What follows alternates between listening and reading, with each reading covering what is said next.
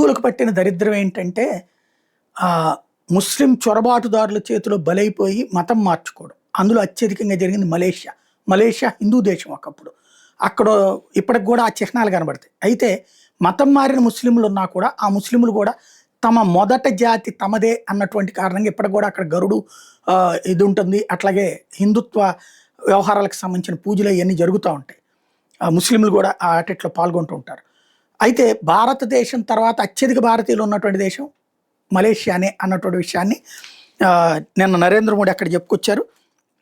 విశ్వసనీయతే భారత్కు బలమైన కరెన్సీగా మారిందంటూ మోడీ చెప్పారు. నేను అక్కడికి వెళ్ళారనమాట 2 రోజుల పర్యటన కోసం. ఉమ్మడిగా రూపాంతరీకరణ ముందుకు తీసుకెళ్లేందుకు భారత్ మలేషియా భాగస్వామ్యం అనేదే భారతదేశాలకు మార్గనిర్దేశం చేస్తుందని చెప్పారు. భారత్ మలేషియా ఒకదానికొకటి బాగా తెలుసు. భారతీయ భాషల్లో మల్లె భాషలో అనేక ఉమ్మడి మాటలు ఉంటాయి. ఇరు దేశాల మధ్య బలమైన వారధుల ప్రవాస భారతీయులు నిలుస్తున్నారు. ఎంతో ఆత్మీయంగా నాకు స్వాగతం పలికినందుకు రుణపడి ఉంటున్నారు. తమిళనాడు నుంచి వచ్చి అక్కడ స్థిరపడినటువంటి వాళ్ళు వేరువేరు రంగాల సేవలు అందిస్తున్నారు. 2020లో నా మొదటి విదేశీ పర్యటన మలేషియాలో కావడం మరింత ఆనందంగా ఉంది. ప్రస్తుతం ప్రధాని అన్వర్ ఇబ్రహీం ఈ పదవిలోకి రాకముందు నుంచి మా ఇద్దరి మధ్య స్నేహం ఉంది. తమిళ పాటలన్న దిగ్గజనడ్డు ఎంజి రామచంద్రన్ అన్న ఆయనకి ఇష్టం. తమిళం అనేది ప్రపంచానికి భారత్ ఇచ్చిన కనుక తమిళ సాహిత్యం అజరామరం.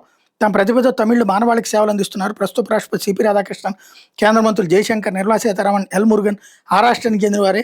తిరువళ్ళువారిపేట అనే కొత్త కాన్సులేట్ ఇక్కడ ఏర్పాటు చేస్తాం. ప్రవాస భారతీయుల్లో 6వ తరం వరకు ఓవర్సీస్ సిటిజన్షిప్ ఇండియా కార్డులు జారీ చేయాలనే చారిత్రక నిర్ణయాన్ని ఇటీవలే తీసుకున్నాం. భారత్ విజయం మలేషియా విజయం, అది ఆసియా విజయం కూడా అని చెప్పారు. పలు భాషల్లో ఆయన అభివాదం చేశారు. మలేషియా ప్రధాని ఇబ్రహీం ఇతర మంత్రులు విమానాశ్రయానికి వచ్చి ఆయన ఘన స్వాగతం పలికారు. భరతనాట్యం, కథాకళి, కూచిపూడి, ఒడిస్సీ తదితర శాస్త్రీయ నృత్యాలతో 800 మంది కళాకారులు మోడీని స్వాగతించడం మలేషియా బుక్ ఆఫ్ రికార్డ్స్లో నమోదైంది. 2 ప్రధానులు ఒకే కారులో సభాస్థలి దగ్గరికి ప్రయాణించారు. మోడీ నా గొప్ప మిత్రుడు అంటూ ఈ సందర్భంగా మలేషియా ప్రధాని మాట్లాడుకొచ్చారు. ఓవరాల్గా తమిళనాడు ఎన్నికలను కూడా వాడేశారు అక్కడ మోడీ.